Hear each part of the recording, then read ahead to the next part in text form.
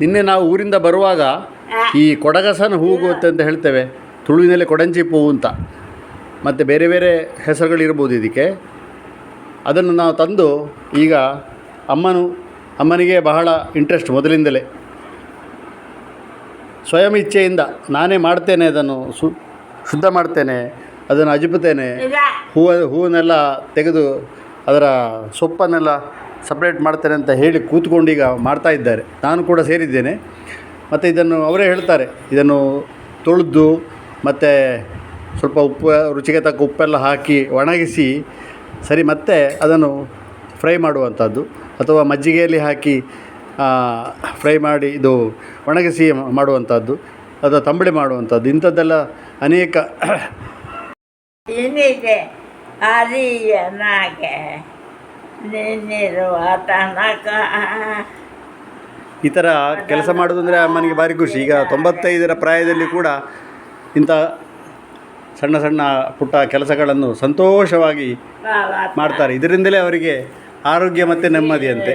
ಹಾಗಾಗಿ ನಾನು ಬೇಡ ಅಂತ ಹೇಳೋದಿಲ್ಲ. ಈ ತನಕ ನನ್ನದಾಗಿಲ್ಲ, ಕಾಮನೆಗಳೆಲ್ಲವನ್ನು ಅನ್ಯತಾ ಬಿಟ್ಟಿಲ್ಲ, ಜೀವನದ ಬಗೆಯನ್ನು ನಾ ತಿಳಿಯಲಿಲ್ಲ. ಎಂತಾದರಾಗಲಿ ಏನಾದರಾಗಲಿ ಎನ್ನ ಪ್ರೇಮದಿ ನೀನು ನಡೆಸಬೇಕು, ಎನ್ನ ತೊಟ್ಟಿಲೊಳಿಟ್ಟು. ಭಗವಂತನಲ್ಲಿ ಕೇಳ್ತಾ ಇದ್ದಾರೆ ಅಮ್ಮ. ಎನ್ನ ತೊಟ್ಟಿಲೊಳಿಟ್ಟು ಅಂತ ಇದ್ದು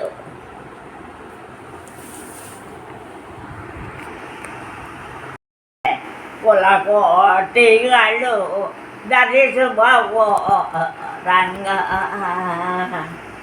ಸುಲಭದ ಮುಕುತಿಗೆ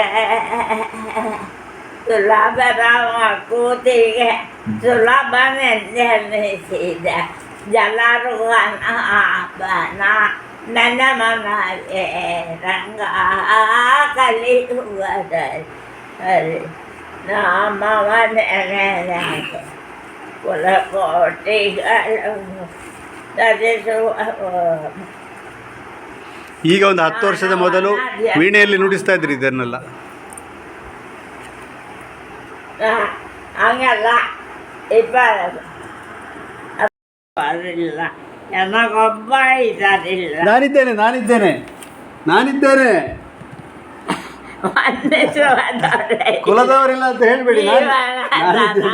ಕಾಣೆ ಗೋಪಿ ಜನ ಪ್ರಿಯ ಗೋಪಾಲಗಲ್ಲದೆ, ಗಗನದಲ್ಲಿ ಸಂಚರಿಪ ಗರುಡ ದೇವನ ತುರಗನಿಗಿಲಾದ ತನ್ನಿಯೊಂದು ಬೆಳಕುದೆ, ಸತಿಗಣದೊಳಗಣಿ ಉರತಲದೊಳಗಿದೆ ದೀಪವ ಹಚ್ಚಲು ಬೆಳಕುದೆ, ಗೋಪಿ ಜನ ಪ್ರಿಯ ಗೋಪಾಲಗಲ್ಲದೆ.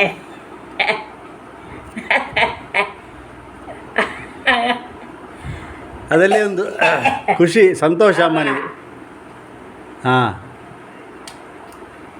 ಅಮ್ಮನ ಈ 95 ವರ್ಷ ಪ್ರಾಯದಲ್ಲಿ ಆ ನೆನಪು ಶಕ್ತಿಗೆ ಮೆಚ್ಚಬೇಕು. ಇದಾಯಿಗೂ ಅಂತ ಅವತ್ಲೆ ಅಕ್ಕ. ನಿನ್ನೆ ನಾವು ಊರಿಂದ ಬರುವಾಗ ಕೊಡಗಸನ, ತುಳುವಿನಲ್ಲಿ ಕೊಡಂಚಿಪ್ಪು ಅಂತ ಹೇಳ್ತಾರೆ, ಮತ್ತು ಇದಕ್ಕೆ ಬೇರೆ ಬೇರೆ ಹೆಸರುಗಳೆಲ್ಲ ಉಂಟು.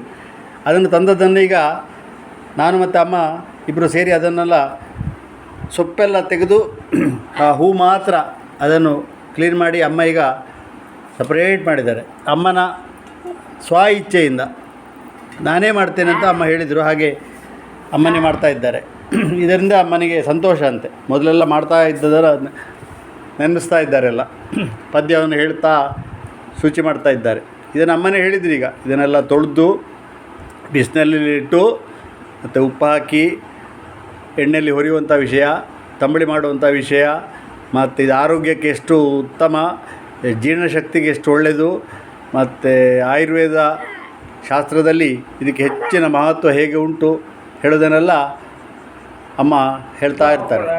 ಮತ್ತು ನಿಮಗೆಲ್ಲ ಎಲ್ರಿಗೂ ಇದು ಗೊತ್ತಿರೋ ವಿಷಯವೇ, ಹೊಸದೇನು ನಾನು ಹೇಳ್ತಾ ಇಲ್ಲ. ಆದರೂ ನಮ್ಮ ಮನೆ ಹತ್ತಿರ ಗುಡ್ಡೆಯಲ್ಲಿ ಆದ ಒಂದು ಗಿಡದಲ್ಲಿ, ಕೆಲವು ಗಿಡಗಳಲ್ಲಿ ನಿನ್ನೆ ಬರುವಾಗ ಕೊಯ್ದು ತಂದದ್ದು. ಪ್ರತಿ ವರ್ಷ ನಾವು ಹೀಗೆ ಇದನ್ನು ಮಾಡ್ತೇವೆ. ಅಮೇರಿಕಾದಲ್ಲಿ ಅಳಿಯನಿಗೆ, ಮಗಳಿಗೆ, ಮೊಮ್ಮಗಳಿಗೆ ಎಲ್ಲ ಇಷ್ಟ. ಅವರು ನನ್ನ ಹೆಂಡತಿ ಹೋಗುವಾಗ ಅದನ್ನು ಕೂಡ ತಗೊಂಡೋಗಿದ್ದಾರೆ. ಇದನ್ನು ಒಣಗಿಸಿ ಫ್ರೈ ಮಾಡಿ ಊಟಕ್ಕೆ ಬಹಳ ರುಚಿ ಆಗ್ತದೆ, ಹಪ್ಪಳದ ಹಾಗೆ ಊಟ ಮಾಡಲಿಕ್ಕೆ. ಧನ್ಯವಾದಗಳು ನೋಡಿದ್ದಕ್ಕೆ. ನಮ್ಮ ಚಾನಲನ್ನು ಸಬ್ಸ್ಕ್ರೈಬ್ ಮಾಡಿ, ಲೈಕ್ ಮಾಡಿ. ನಮಸ್ಕಾರ.